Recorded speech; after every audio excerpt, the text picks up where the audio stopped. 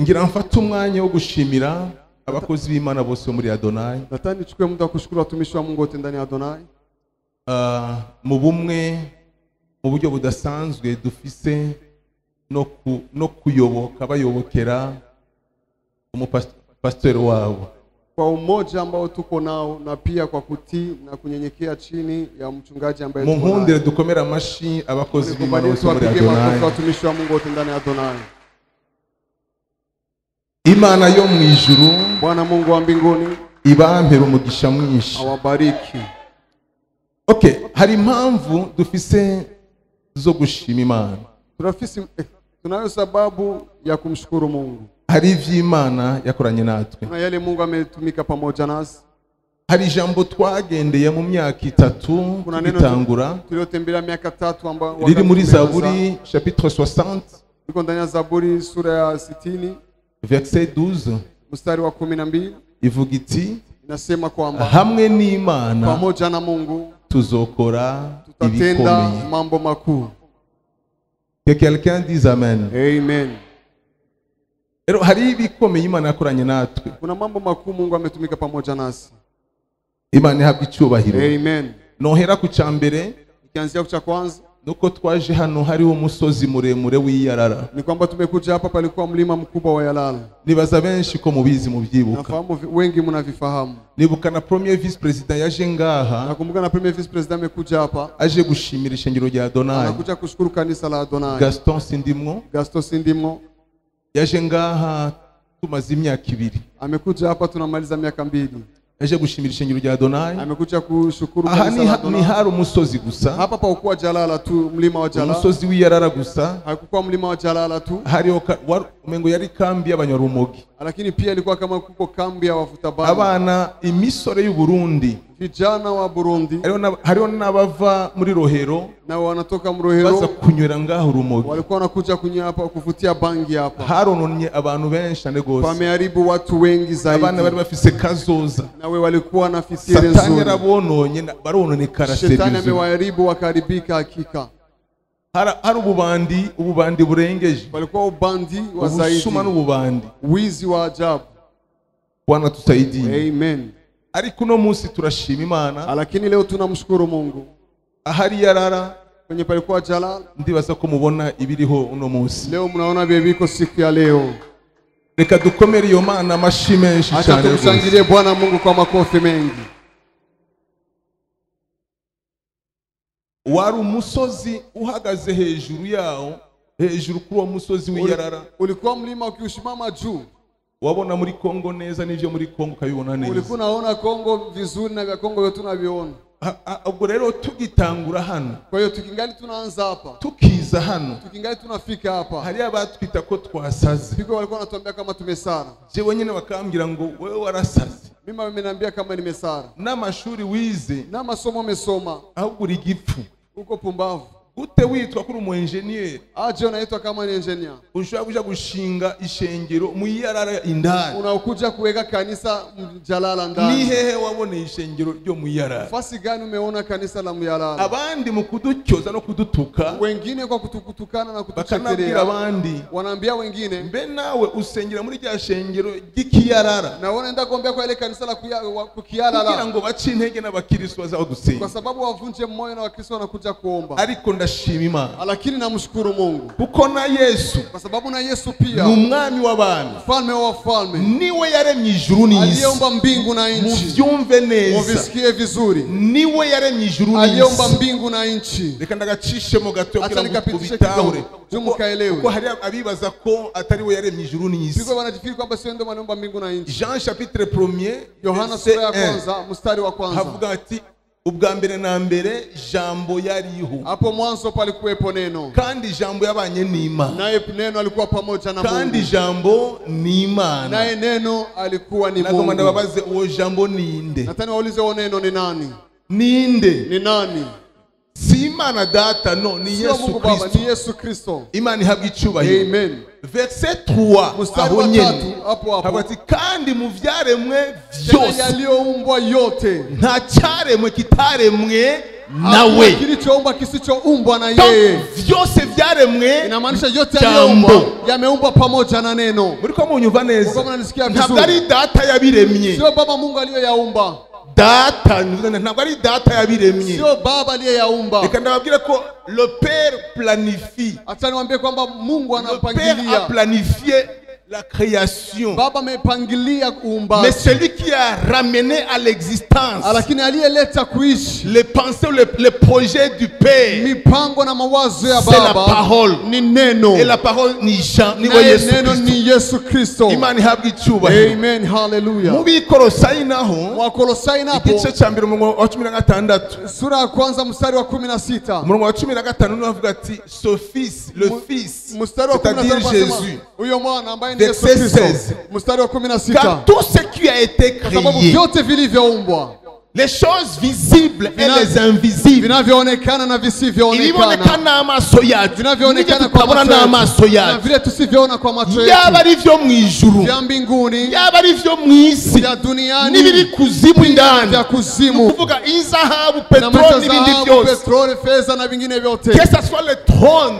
les seigneuries, les puissances, iwe utawala, les autorités, mamlaka, vyote vyose vyaremwe nawe vyote vimeumbwa kugira ngo naye bibe gwiwe. viwe mali yake. Imana ihabwa icyubahiro. Amen, hallelujah. Imana ihabwa icyubahiro. Amen. Ni ukuvuga ko ni Yesu yaremye vyose, Inamaanisha ni Yesu Kristo ameumba vyote. ariko mumbwire ingene uyu muremyi Lakini munisikilie gisi umuumbaji hageze ko avuka nk'umwana wakati w'umuntu. wa kuzaliwa kama mwanadamu, Mumbwire impamvu mnaambie sababu yarenganye amevukia Zakira hospital. amevukia Kira hospital. Tuziramene muri ico gihe Tuzilete kwa wakati. arengana amakira hospital, Akavukia Kira hospital, arengana amapolise, akavukia mapolisi, aja mabumereki vyote. kuvukira. Yavukiye he? Amezaliwa wapi? Yavukiye he? Kule kuna hangwa Kuri Prince Regent, ku Prince Regent, kuri Roi Khaled. ku Roi Khaled. Yavukiye he? Amezaliwa wapi? Hehe, Wapi? kwenye hori la kulia, nukuva kwenye ngombe zinanyambia, au inka zinya zinakoyola, zinayamba. zigasoba aho nyene vyo. Aho niho yashimye. Hapo ndo kwa En fait, amekubali. il a fait sciemment. Amevifanya anavitaka. Nubwo mubisoma mugasanga ngo manyumba zote zilikuwa zinajaa. Eti ngo ivyumba vyari vyuzuye Il a amazu. fait sciemment. Yabikoza bibona. Parce que c'est bien lui qui contrôle les circonstances et les temps. Niwe aganza ibihe n'umwanya. Niwe abikontrola vyose. Niwe abirongora akabiganza Niwe vyose. yategetse bijya bihe kugira ngo abantu abashitsi bakwira amazu yose. Ndio ameamrisha zile nyakati Aburi kibanza hose. wageni wa jema hizo nyumba Yisange zote. kibanza ciwe Wajikutane kiri mu mase y'inka. katika mavi ya ngombe. Sema amen. Amen. Sema amen. Amen, hallelujah. Alors mukufariji watu, muguhumuriza abantu. nilikuwa nafariji watu nawaambia. Nako muhumuriza abantu babwira. Yesu alizaliwa mu Kira hospital. Yesu yavukiye muri Kira hospital. Yesu alizaliwa mu Novotel. None yavukiye muri Novotel. Yesu alizaliwa mu Meridien. Yavukiye muri Meridien. Eka. Oya, naroka golfe ntiyagiyeyo. Bwana tusaidie. Amen. Bwana tusaidie. Amen. Sasa huyu mwana tupatia kuzalia Adonai hapa. Uyaduhe kuvyera Adonai ngaha. Uyu we nahinduka, ye habadiliki, ariko arahindura, lakini anabadilisha. Ndizera neza, naamini vema ko hano hantu kwamba fasi hii rino yarara hii yalala azoriduhindurira, atalitubadilishia.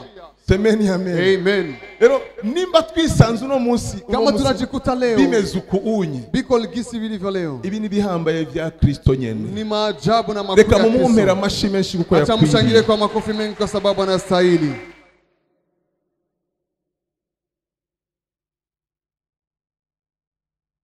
Ubwo rero turashima Imana kuvyo yakoze. Icyo cyari cyambere. Mu vya kabiri dushima Imana. Mu pili tunashukuru Mungu.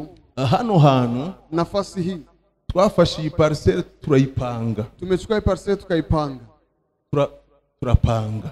Tukapanga, tukakoti. Ariko iyi saha tuvuga, lakini saa hii tuko tunaongea na hacu ni fasi yetu. Twarahaguze. Tumepanunua. Mumumpere Yesu amashi menshi. Shangwe mingi kwa Yesu Kristo.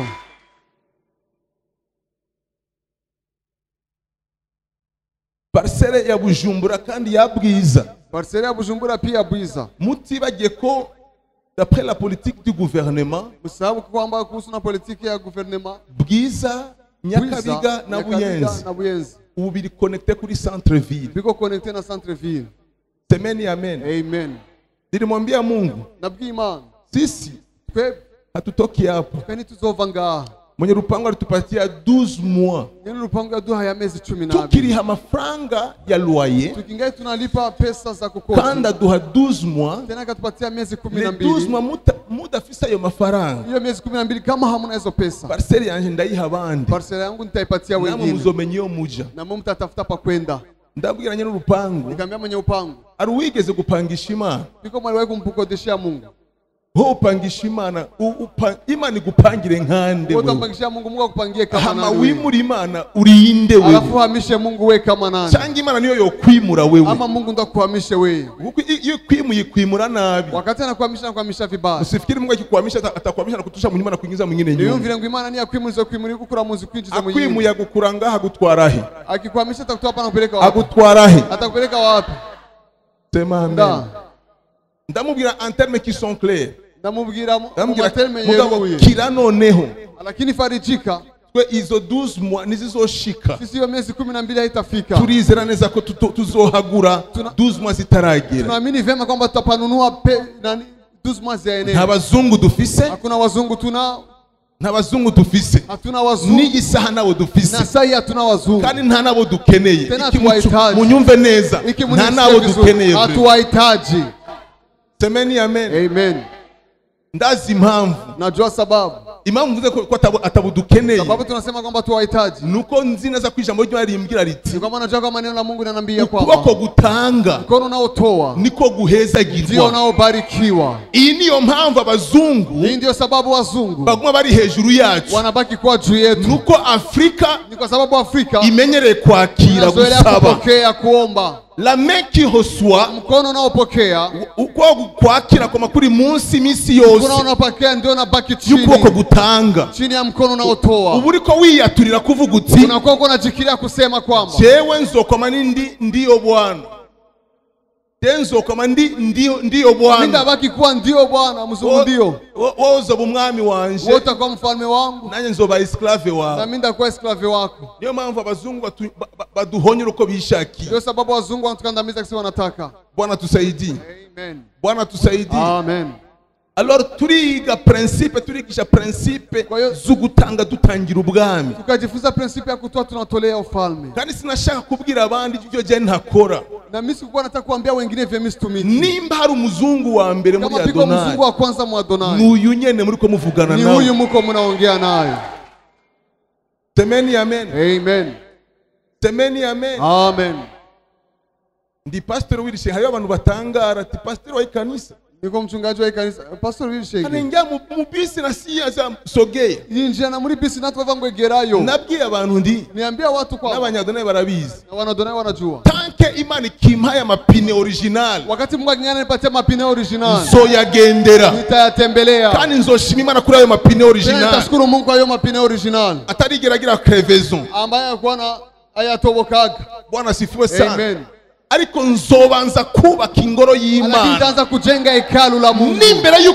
Nimbere ko nubaka inzu yanje. Mbele ya kujenga jumba langu. Nzobanza kwanza ingoro y'Imana. Nitaanza jenga hekalu la Mungu. Nzobanza inzu y'Imana. Nitaanza nyumba ya Mungu. Kandi tena ikizoja mu nzu ya Rome. Kitaingia mu nyumba ya Rome. Kizobanza kwanza mu ngoro y'Imana. Kitaanzia hekaluni mwa Bwana. Niyo mpamvu nababwiye nti. Ndio sababu niwaambia kwa mu nzu ya Rome hazojamo amakaro. Mu nyumba ya Rome pataingia makaro. Ifo kwa makaro abanza kwanza mu nzu y'Imana. Makaro yaanze ndani ya nyumba ya Mungu.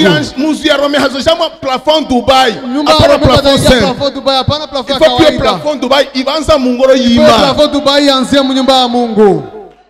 Uyu nije naguza ama plafond yose. Uni mimi niuza ima plafond zote. Kanisa mukaye mimi niwe plafond tene hapa. Challenge nda yagure ndabashira ngaho. Nudufaranga nashaka kugura parcelle ayo nzoja kuba. Mutu franga zo nipata ntauza parcelle ningeje. Ndabwira ni Imana numva Imana imbwira iti banza kwanza ubwami. Ngase Mungu anambia anza kwanza parcelle. Ivyawe Rome biri mu nyuma. Yako biko nyuma.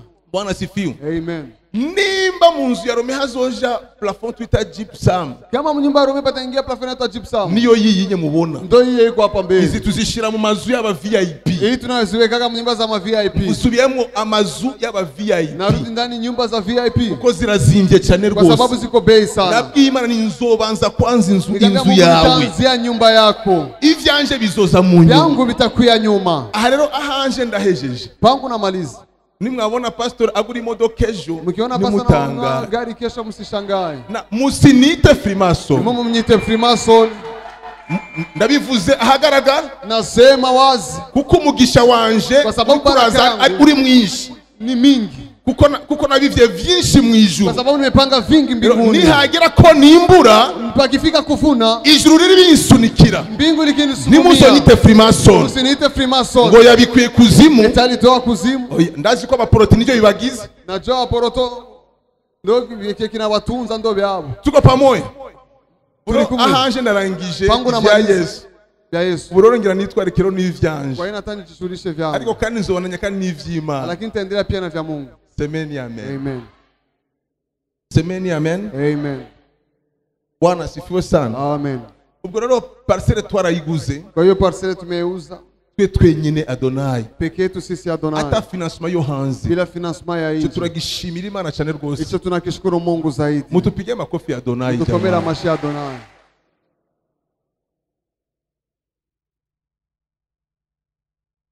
Aho rero hapo nashaka gushimira ari abantu bambereye comme les mentors. Piko watu wamenikuya kama wa mentor ama wazazi. Umuntu wa mbere ni Pasteur Olivier Derin. Mtu wa kwanza ni mchungaji Olivier Derin. Uyu ari abantu bava bibaza ko yamaye kuko ari umuzungu ari amafaranga yahaye Rome. Piko watu wanajifikiria kama juni mzungu piko pesa alimpatia Rome. Nta nugo wa Kongo yigezampa. Hakuna hata wa Kongo amenipatia. Ariko ico yamaye alichonipatia yamaye ikirenge ifaranga. Amenipatia zaidi ya pesa. Yamaye umutwe. Amenipatia mawazo mkichwe. Uwa kabiri wa pili ni mzee Munganga Jules Moro. Ni mutama Munganga Jules Moro. Aserukiwe na madame we wari harya. Ameakilishwa na madame yake kwa mahali. Acha nimsiko na mama asimame. Ndamwingi ngahara haguruke. Mumpige makofi mingi sana huyo mama. Amashimeshi cyane uwo mama.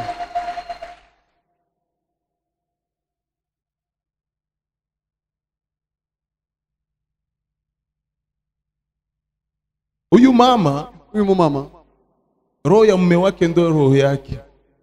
Mutima w'umugabo wiwe niyo mutima wiwe. Mungu alimpatia mke Mana yamuhaye umufasha anayefana na mstahili. Amubere kandi amukwiriye. Mawazo yote ambayo tumefika munani tutuna etapa twashitseko urugezo kurundi. Ni ya mzee Moro. Ni mutama Moro. Tulikuwa tunakwenda pale na mchungaji Metusela. Twagenda hali na mutama Metusela mara mingi.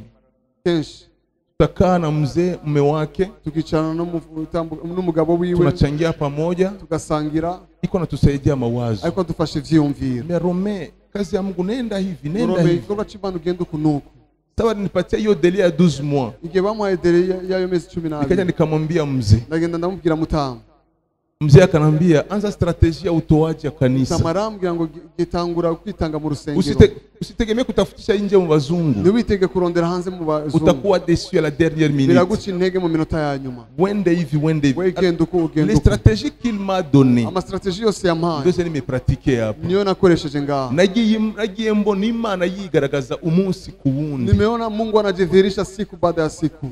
Gushikana aho twageje ayo mafaranga. Paka siku tumeeneza hizo pesa. Tukakuja kumshukuru Mungu pamoja na mzee. Tukatumba gushimira Imana na mama yuko pale. Na mama riga. Bwana asifiwe sana. Amen. Nafikiri nitarudia vingine nyuma baadaye, unaweza kukaa mama. Umpige makofi, vraiment anastahili. Amashimesha arabere. Na mashauri mzee ni manuro ni mtama. Aliyekuwa anapatia mashauri mzee ni mama mwenyewe. Wahereza hizo manuro ni mama wenyewe. Bwana kubariki mama. Imani guhezagire mama. Bwana asifiwe. Amen. Ichagata tudushima Imana. Cha tatu tunashukuru Mungu. C'est la croissance de l'église. Nugukura kwishengero. Bwana asifiwe. Amen. Ntabwo ari cyoroshe kugira ngo utangure umurimo ngo ukure. Sio rahisi kuanza huduma na ikomae. Kuvyara ni kimwe. kuzaa ni kimoja, ariko gukomera no gukura ni kindi. lakini kukomana kukua ni kingine. Ariko twe twabonye Imana idukomeza mu mwanya muto, lakini tumeona Mungu anatuimarisha kwa muda mdogo. Twashingiye muri principe y'ijambo ry'Imana. Tumesimamia kwa principe ya neno la Mungu. La parole est la parole sans compromis. Neno kandi jambo litavangiwa. Kuko nizera neza ko kwa sababu naamini kwamba ijambo riri kwije ubushobozi, neno linajitosheleza nguvu kugira ngo ryicire inzira ahatari inzira, ili lijiwekee njia pasipokuwa na njia. Sinashaka gutwara abantu mu maprofesi, sikukuwa nataka kupeleka watu maprofesi. Munyumve neza, munisikie vema. Ari abantu abakozi b'Imana haro dutwagwa, piko watu watumishi wa Mungu tukipelekwa twarishe nyiro mu maprofesi, tunapeleka kanisa maprofesi. Bengine wanapana maprofesi za bongo ili wapate tu pesa. Abandi bakabesha abantu mu kubahanurira kugira ngo baronka mu kubagurisha kugira ngo baronka amafaranga. Bengine wanakugisha hata na chumvi. Abandi babagurisha ko n'umunyu. Bengine wanapagara hata mafuta s'il vous plaît. Abandi babasigana amavuta. Unatana mtu mzima, mama mzima dada lizima. Mama mzima papa ruzi. Mwanaume ndo anamwambia wangu nikupake mafuta. Ni mama yako anataka kupaka mafuta. Buri munsi ndakwambika ndagusiga mafuta. Ni nyoko wawe niso wagira gusiga mafuta. Bengine makopo za makinju, abandi ubucupa bwa kinju. Kinju na kopo ya kinju ya 500 inauziwa ngapi? 500 icupa rya kinju ligurwa namba n'amajana 7 n'amatara amajana 8. Inauziwa ngapi? Amajana 7. Simuseme ngapi? Amajana 7. Hawa mkunyaji kinju. Sasa hakuna problem, sasa mtafika mnazikunywa. Nauliza kinju zinauziwa ngapi? Bwana zikunywaka. Amajana 7. 700 francs. Niko naambia muangalie ubujanja. Chamuraba ubujanja. Wa soi-disant batumishi wa Mungu. Gabita abakozi b'Imana. Agachazanga na kopo ya kinju. Anakuja hapa na chupa la kinju. Mnataka baraka. Mwifuza umugisha. Hii kopo ya kinju. Ili chupa rya kinju. Hivi na yara. Uburyo mwenye iko na 500,000 azilete hapo. Usibimbe amajana 5 azane nga. Atapeleka baraka za kuja. Acha twara umugisha wuzuye. Naguza ako gakopo ka kinju 700 francs.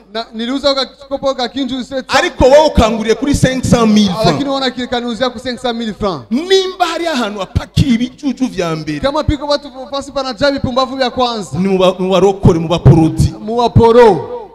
Ugasanga umuntu yama muri ivyo, unakutana mtu anashinda mu hivyo. Bengine mu makopo wa manido, mwingine mu biton partout. Abandi ubucupa bwa nido, abandi muyerera na mabido mu barabara, icupa kurindi.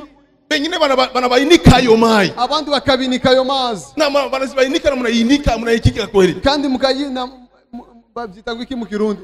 Mukayina vyukuri.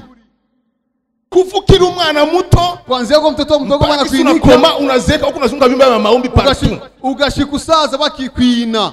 Umumama muzimu papa muzima tasoni. Hauchaona hiyo baraka yuko nakwambia kama utapokea baraka. Nurabona uwo mugisha bakubwira yuko uzowakira. Tuko pamoja. Turi kumwe. Tuko pamoja. Turi kumwe. Adonai barabizi niwaambia hizo habari hata kiapo mu Adonai. Adonai wanabijua na wabwiye ngo izo nkuru nizoshika muri Adonai. Atukibianza mimi na kuangalia kwamba na kuvuza pangana kure nka kwirukana kure. Acha kunirogea watu wa Mungu. Ndeka kundogera abantu b'Imana. Ubwo bukorikori bwawe nimba uri umupfumu kazirondera yusha kugira ubupfumu hapana au mundani. Kama uko umupfumu jitangaze wende ufaye ubupfumu bako banza kutafuta. Twahagaze ku ijambo. Tumeshimama kuneno. Leo Mungu anabariki watu. No musimani raheza gira abantu. Mungu amebariki Adonai. Imana raheza gira Adonai. Aujourd'hui, je n'ai même pas peur de finances. Simfise n'ubwoba bw'ubutunzi. Finances za Adonai sina woga. Ubutunzi bwo ngana. Mungu ametuinua kwingine ngazi. Imana yadushize hejuru mu rundi rugero. Kisi wako namtolea Mungu wao. Batangira Imana yao. Mungu anababariki. Niko Imana ibaheza gira. La parole dit. Ijambo riravuga. La main qui donne au royaume. C'est celle qui est bénie. Niko guhezagirwa. Donner au royaume. Tangira ubwami. Tuko pamoja. Turi kumwe. Alors leo tunamshukuru Mungu kwetu tunafika. Tunashimira Imana aho dushitse. Bwana asifiwe sana. Amen. Alors hiyo Biblia tusaidia kusimamia kuneno. Byadufashe guhagarara ku ijambo. Nikatupatia Adonai kapata croissance verticale, c'est-à-dire la croissance de la personne avec son Dieu. Adonai chironga gukura ushinze bisuka ngo gukura mu mwemu wewe n'Imana yawe. Et la croissance verticale. La croissance verticale. Gukura ushinze. Niyo yachi génère la croissance numérique horizontale. Niyo yavyaye gukura utambitse. Bene data nta bindi bitangaza dufise muri Adonai. Hakuna wengine mujiza tuko nao mu Adonai. Igitangaza dufise. Mujiza tunao. Ni jambo. Ni neno. Na masengesho. Na maombi. Ijambo. Neno la Mungu. Na masengesho. Na maombi. Ijambo. Neno. Na masengesho. Na maombi. Bwana wabariki. Amen. tunamshukuru Mungu. turashimira Imana. Leo tunafanya culte mbili Uno munsi tugira amakoraniro abiri za watu wazima z'abakuze na culte moja n'ikoraniro rimwe ya watoto, ry'abana. na Mungu apewe sifa. Imana ihabwe icyubahiro. Cha ine, Cya kane, nagira ndababwire idwa gushima Imana. nitani waambie ja kushukuru Mungu. Twatanguye ngaha comme église locale yo mu Bwiza, Tumeanza hapa kama kanisa la hapa Bwiza, ariko uno munsi ko tugeje imyaka ndwi, lakini leo kama tunaeneza miaka 7 vision dufise vizio tuko ni nayo ama implantation des églises Adonai ni ugutanguza yandi mashengero Ngahi y'ishengero rya Bujumbura, Adonai, hapa Bujumbura, à l'intérieur du pays mu micungararo y'igihugu no hanze y'u Burundi. na inje ya Burundi. C'est-à-dire Bisigura Adonai turimwo ngaha, Adonai tuko ndani hapa. Imana yigize Mungu anaifanya église mère kanisa mama ou siège wala international. siège international.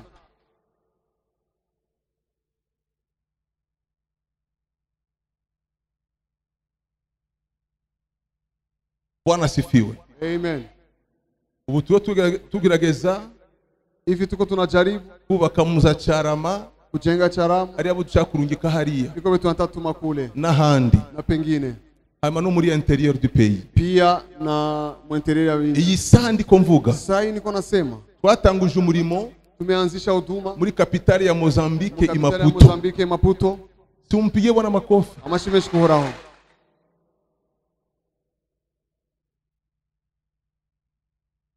Acha tumpigie Bwana makofi ya bien. Amashimeshi kuhoraho.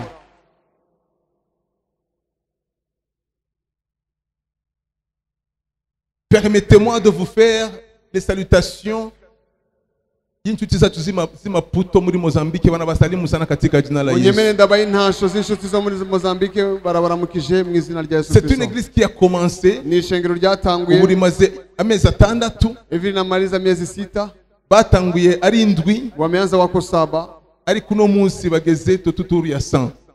leo wako karibu ya 100. Semeni amen. Vuga amen. Kanisa mama ni hapa Bujumbura, Ishengero rivyara yandi ni ngahi na Bujumbura. financement kubasaidia Financement yo kubafasha ni hapa Bujumbura. ngahi Bujumbura. Semeni amen. Vuga amen.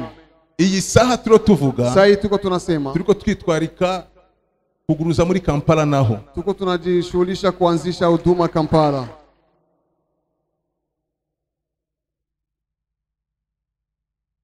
yemwe Ndugu, iki ni igihe Imana ikeneye guhagurutsa abakozi bafise une vision y'Imana. huu ni wakati Mungu anahitaji kusimamisha watumishi wako na vision ya Mungu. Narumva ngo Imana igiye kukugira umuvyeyi w'amahanga, Nilikuwa nasikia Mungu sinari nzi anataka ivyarivyo. baba wa mataifa, nilikuwa sijui ni vitu gani. Alors ayo mashengero yose tuzoja kuguruza, Hiyo makanisa yote tutaenda anzisha. il y a aussi d'autres sollicitations de part et d'autre. Piko na ingine mangambo wako wanatuomba. Natangaye numva nabo abari muri Amerika bari kuambira ati Nimeshangana kusikia wa Amerika Mu minsi wanatuambia iri kwamba imbere, masiku sijazo tuzava kutugutumira no muri Amerika nino uze kutugururiza Adonai muri Amerika. tunahitaji kusikia na miaka inakuja huku na eko piko Adonai mu Amerika. Nanje mvuze nti tuzoshika hose mu izina rya Tunaambia Yesu kwamba Kristo. tutafika pote kwa jina la Yesu Kristo. Na kanisa mama Kandi shengero rivyara ni hapa. na hanyene. Semeni amen. Vuga amen. Semeni amen. Amen. Semeni amen akubwa. Amen. Voilà. Haracyari byo gushima Imana. Reka ndangirize Kushukuru hano. Mungu, acha tumalizie hapo. Twahuye n'ibikomeye, Tumekutana na mambo mazito, ariko turashima Imana uko Imana yadushoboje lakini tunashukuru kubyifatamo. Mungu kwa gisi Mungu ametuwezesha Benshi kujishikiana. murabizi, Wengi mnajua. madame yarantaye, Madame amenitupa. yari situation novuga itoroshe kuri jewe. Byari bihe bigoye cyane kuri ilikuwa station nzito. Nagezaho numva gusaba Imana inyice inkureho mve muri iyi si. Nilikuwa nafika fasi ya kuomba Mungu aniue Ndagira amafungo y'imisi 3. nikafanya mafungo ya siku 3. Hata wundi mutwaro. Hakuna ingine itaji. Baba nihamishe nitoshe mu dunia. Nikapumzike ngure muri nosi. Nachoka. Je kuruhuka mu ijuru ndarusha. Bwana tusaidie. Amen. Burya iyo ubonye igihe bikomeye cyane, wakati unaona nyakati nzito zaidi, burya igihe cy'Imana kiba kigeze. Nyakati za Mungu zinakuwa zinaenea. Uno munsi sindira, leo sili, uno munsi ndashima Imana. Leo nashukuru Mungu. Mumfasha reka dufatanye hamwe dukomere iyo Mana amashi menshi. Tupige Bwana Mungu makofi mengi.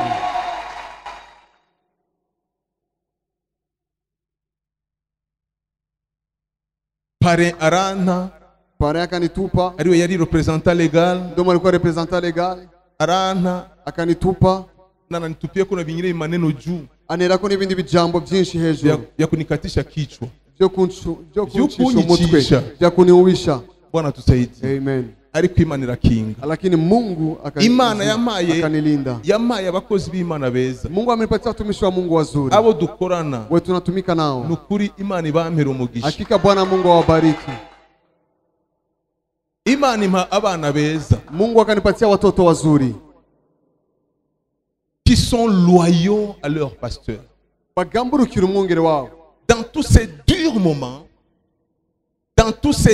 moments, muri ivyo bihe bikomeye n'ibigezo bikomeye cyane, tous étaient soudés à leur pasteur. Bari bifatanyije n'umwungere wao. Ndashimiye Imana ku banyadonai. Nashukuru Mungu kwa wana wa Adonai. Ntimwambere ibi vyagwa.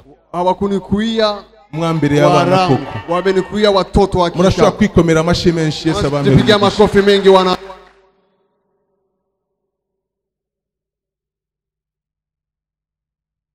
Ndarangirije aha. Namalizia hapo. Uretse ko ari abo nshingira nshimire. Kwa kuna wale nahitaji kushukuru. Reka nsabe Madame Mungangamoro. Achani si Madame Mungangamoro akuje afike hapa. Azenga amashi menshi ariko araza amashi. Jama mumpatie makofi mingi sana. Mumuha amashi menshi cyane.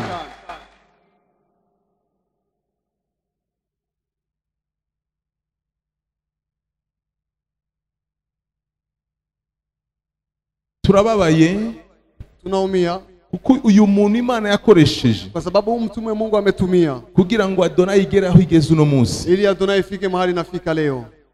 Imana iherutse kumuhamagara. Mungu amemuita masiku zinaisha, aritaba Umuremyi akarantre mbinguni. Mama, Mungu akutie nguvu. Mama, Imana kuongera inkomezi.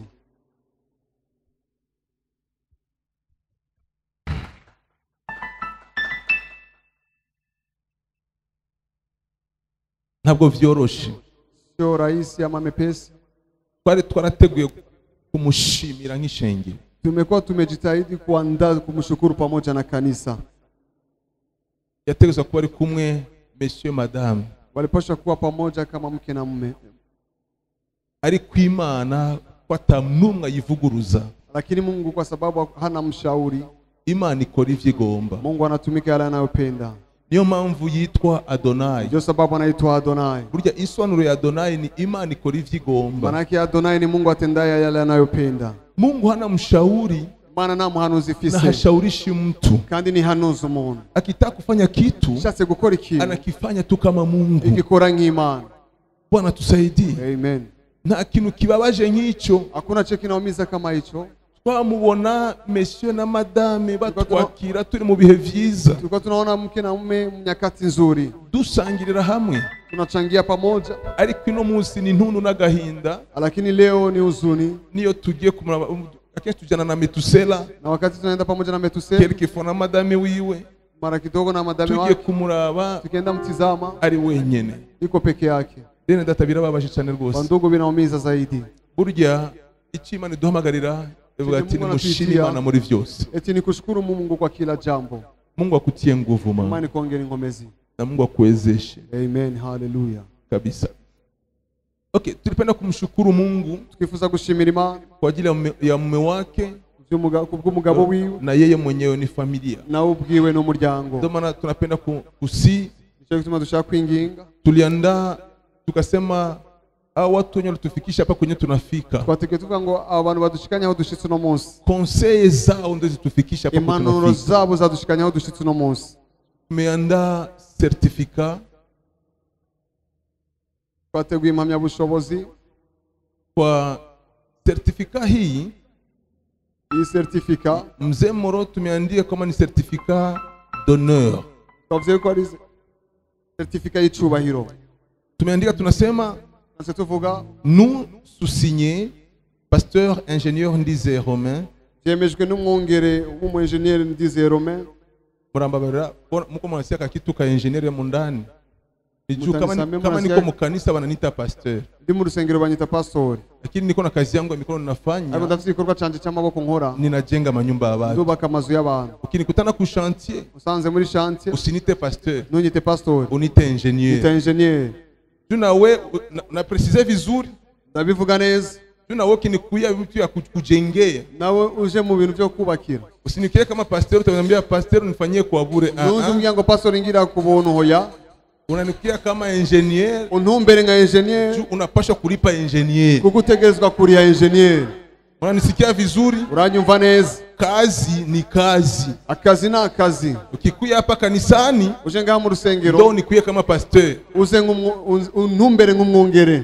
Nikikuombea ndagusengeye, sintakuomba hata 5 na 5 nzogusaba. Wewe rentre salama, wewe tahira amahoro. Juu baba alisema, ko data yavuze, mwabiherewe ku buntu, tumepewa bure, nimubitange ku buntu. upane bure. Ibi ni vya mafuta vya upako vya kiro vya upasteur. Ibi ni vyo gusigwa amavuta ivy'ubupastori vy'ubwungere. Lakini vya uengineer, ariko ivy'ubuengineer ntabwo twabirongeye ku buntu. Aho tukubipewa bure. Semeni amen. Bamebisomea miaka mingine ya kutublei mondani, musisahau. Bwana asifiwe sana. Amen. Damana tunakati yaka eko. Shekituma ndakongerako. Konfisi imirimo ibiri. Kwa sababu niko na kazi mbili, huduma mbili. Mfisi umurimo w'ubupastori, huduma ya uchungaji. Kandi mfise kandi n'umurimo w'uengineer. Na huduma ya uengineer. Kanisa museme amen. Kengero muvuge amen. Ok, je répète, nous sous-signés, pasteur ingénieur Ndizeye Romain. Jemejwe na pasteur ingénieur Ndizeye Romain. Visionnaire. Nyeni yerekwa. Et représentant légal international. Kanda serukiye mu makungu hose. Jivi tutusha ingia mu niveau international na kwa sasa international. Mungu awabariki.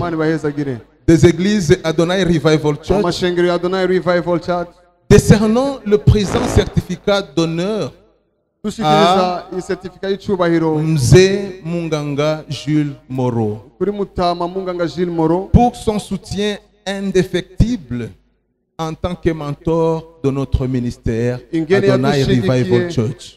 Ingene yadushigikiye bidaharurwa kutubera umuvyeyi muri Adonai Revival Church. Mzee, que votre âme repose en paix au ciel. Wirukira amahoro mu ijuru. Et que Dieu bénisse puissamment votre famille. Imana ihezagire cyane umuryango wawe. Que toute l'église dise amen. Shengero ryose rivuge amen.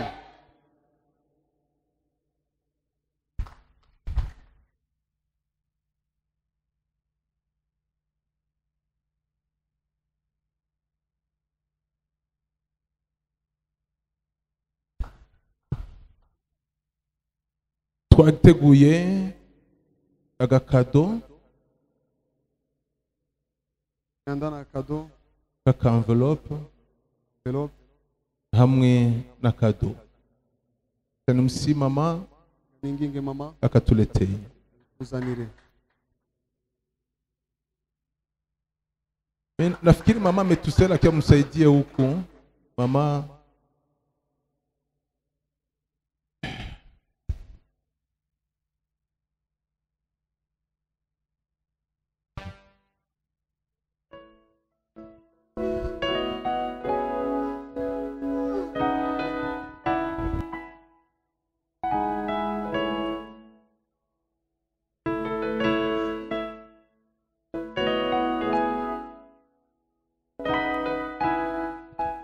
Ntabwo vyoroshe.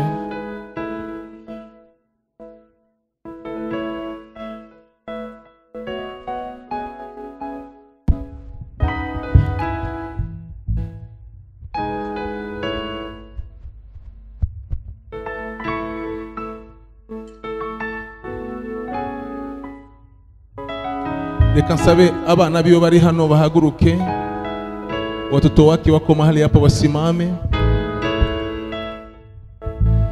Acha tuwapige makofi mingi sana.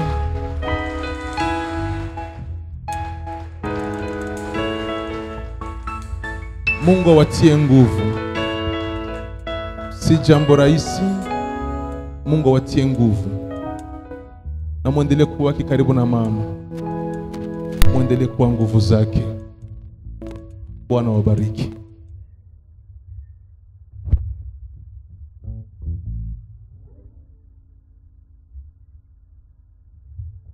Acha tumpige makofi akirudi nyuma.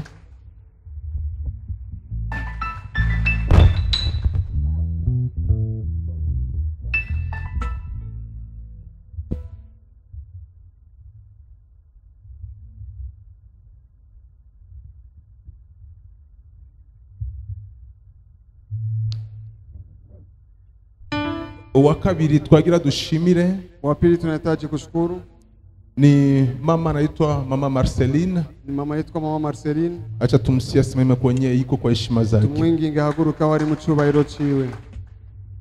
Acha tumsikie afike huko mbele. Ashike ngaho imbere. Mama tuletee naye mama, mtuletee. Karibu sana mama.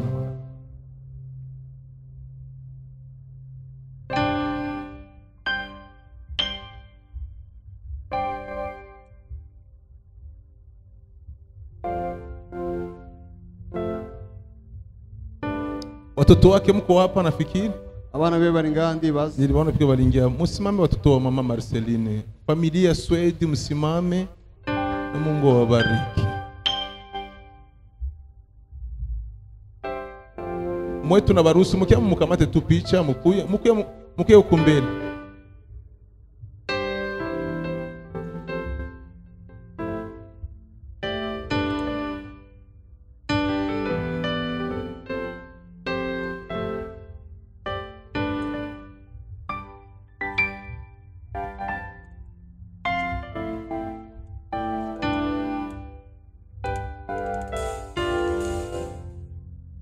Karibu sana. Okay. Huyu mama tunapenda kumshukuru kwa jambo hili. Twifuza kumushimira kuri iki. Tulikuwa kwa Emmanuel. Twari kuri Emmanuel. Nikafukuzwa, ndirukanwa na waimbaji tukafukuzwa. N'abaririmbyi turirukanwa. Hatukufika tunaanza huduma hapa. Twaciye dutangura ibango ngaha. Tulifanya miezi 9 hatuna address. Twamaze amezi 9 ataho tubarizwa. Wewe miezi 9? Muri amezi 9.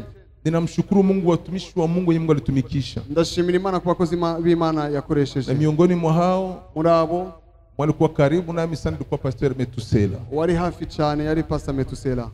Tunakushukuru sana mchungaji. Tunagushimiye cyane mwongere. Bwana kubariki na mama Mungu awabariki. Alikuwa karibu nami kunitia moyo. Baba ndaje kunera intege. Natuka Mungu awabariki. Cyukuri Imana ibaheza. Acha niwasimpigie makofi kwa ajili ya Pastor Metusela na mke wake.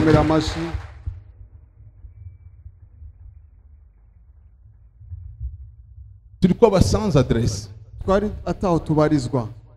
Tunapewa majina yote wanataka kutupatia. Bahawa amazina yose bifuza kuduha. Bamwe wanaambia baimbaji mlifata escrow. Bamwe babwiye abarimvye ngo mwakurikiye mu escrow. Jamani. Mimi nizaliwa Bwiza. Je navukiye mu Bwiza.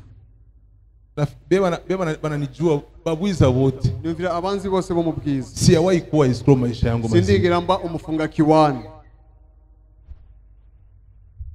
Na yeye wananijua Bwiza. Abanzi mu Bwiza. Benyine mlimusikia Pastor Abdi Bernard. Abandi mwarumse Pastor Abdi Bernard. Na yeye mzaliwa hapa. Nawe yavukiye ngaha mu Bwiza. Alitumika yinga utamuzima. Yakoze muri indwi yose nzima. Alijisemea yake huyu Petit. Alikuwa anasema mie Rome. Alikuwa avuguyo. Sisi watu tunafanya mafuti yote. Abdi kwa hapa. Twakora mafuti yose. Simama. Kuya. Huyu ni rafiki ya grand frère sana. Walitembea na mugenzi wa mukuru wanje cyane. Eti mina grand frère yake tulikuwa bagangi. Je na mukuru twara bagangi. Kuba na muke twende. Wakobwa tujeyo. Bingine twende. Ibindi tujeyo. Lakini tukitaka kuelekea kwenye petiko yani mimi. Dushaka gutumberaho umwana ari. Grand frère yangu anamwambia. Mukuru wanje akamubarira. Peti yangu. Utoyi wanje. Ni pasteur. Ni pastori. Yeye utafikiri yeye na Mungu walikamatana na Mungu hivi. Wewe ni Imana umengo baramatanye. Bwana tusaidie. Hawezi vumilia hivi vyetu tunafanya. Nashobora kwihangana ivyo turiko turakora. Twende tubifanyie mbali hapana kwenye kure hapana hari. Bwana tusaidie. Amen. Nikavikwa tu dambikwa koti la escrow. Umufunga kiwani. Isi yata escrow kiri na kuwa kai. Nje sinzi no gufunga kiwani uko bimeze. Na bingine kadhalika. Nibindi. Mutayerera mutaishia mu njia. Muzoyerera muherere mu nzira. Mutahangaika kama bakaini. Muzohangaika nka Gahini. Eba. Kuna maandiki nasema cyanditswe biravuga ni mu Mithali mu migani. Sasa kuna chimba shimo, Iyo kurimba ikinogo, chimba shimo ndogo. wimbe gito. Ule mwako na wazia kuna chimbia. Ubu wiyumvira kuri Sio kurachimbira. takianguka ya munani, wonza kidumbukia ya mundani. Sibazo kigwamwo urashobora no kugihera muri kurachimba. Nafikiri mno yabi bilifua binafata nyuma Yumvira ko yao. mukurikira byakuri muratahura Hapo byakuri. tulikuwa tunahangaika. Aho twariko turajura Mungu akubariki grand. Imani guhezagire mukuru wanjye. Tena Mungu akubariki vraiment. Imani guhezagire. Tena ninampenda grand frère yangu, ananipenda. Grand frère yangu ananipenda kuliko kisi mimi nampenda. Mukuru wanjye nkunda kurusha uko ndamukunda. Ukitaka kumwona grand frère uniguse mimi. Ushaka kubona mukuru wanjye nkoreko. Ndutamuona. Ntuzomubona. Okay. Alors mwa hiyo nyakati nzito hatuna address, tunatukana, tunafanya nini, tutubibabe tu inatonguka iko. Muri ivyo bigoye ataho tubarizwa ibibi byose bitugwako. Huyu mama ndo tupatia fasi. Uyu mama niwe yaduhaye aha. Sio tunafanyia repetition Tuza kwa. turagiramo repetition iwe.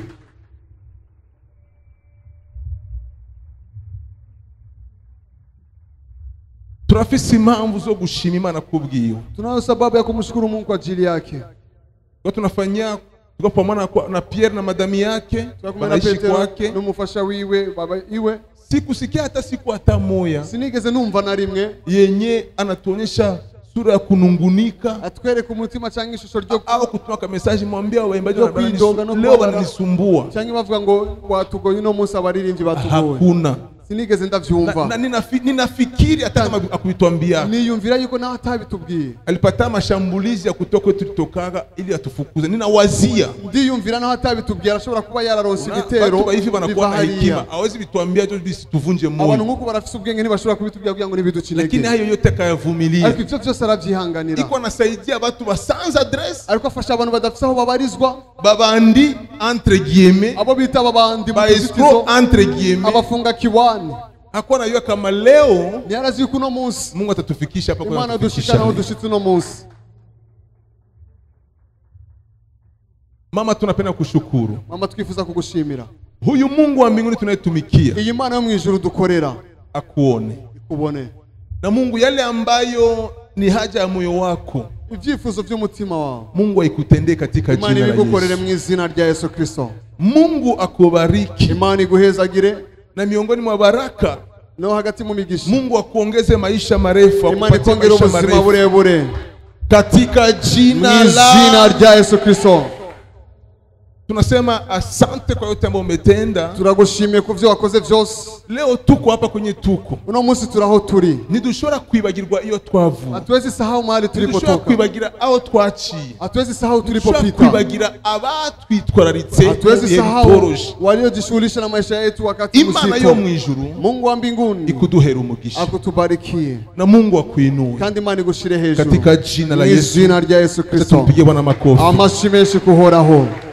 Aye tumeandaa twateguye certificat yake ni certificat de mérite. Certificat iwe ni certificat yo kubibera garagaza kwa bibera. Tumeandika tunasema nous sous-signer turavyemeza pasteur ingénieur Ndizeye Romain, pasteur ingénieur Ndizeye Romain, visionnaire et représentant légal international kwa kanda seruki des églises Adonai Revival Church, décernant le présent certificat de mérite à dushikirije ino certificat yo kuba bibereye Mama Machozi Swedi Marceline. Mama Machozi Swedi Marceline pour son appui salutaire pendant que nous étions rejetés et sans adresse.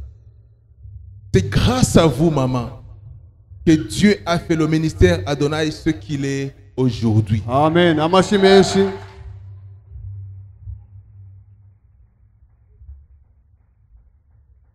Étant donc reconnaissant, nous avons droit de vous dire merci infiniment. Que Dieu vous bénisse, notre chère maman. Que l'église des Amen.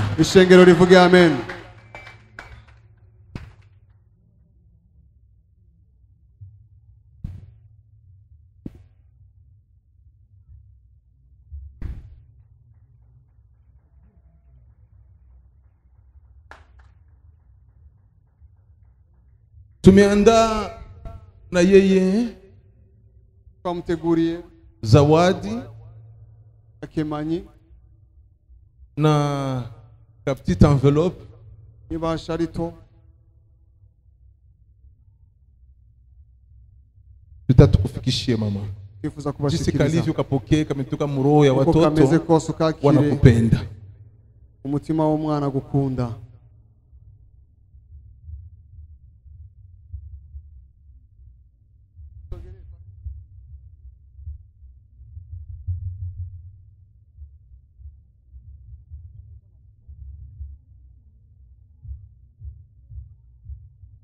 Merci beaucoup.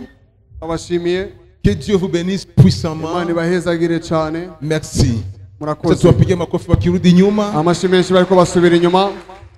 Nami nikirudisha mikrofoni. nanjye subiza mikrofone. Naomba samahani, sikujua kama itakamata muda wote. ndasabye imbabazi sinzi ko bifata umwanya wose. Benye biko ku programme batangala kisi ya ku agence programme. Mungu akubariki Gaston. Amen. Sema amen. Amen. Hallelujah.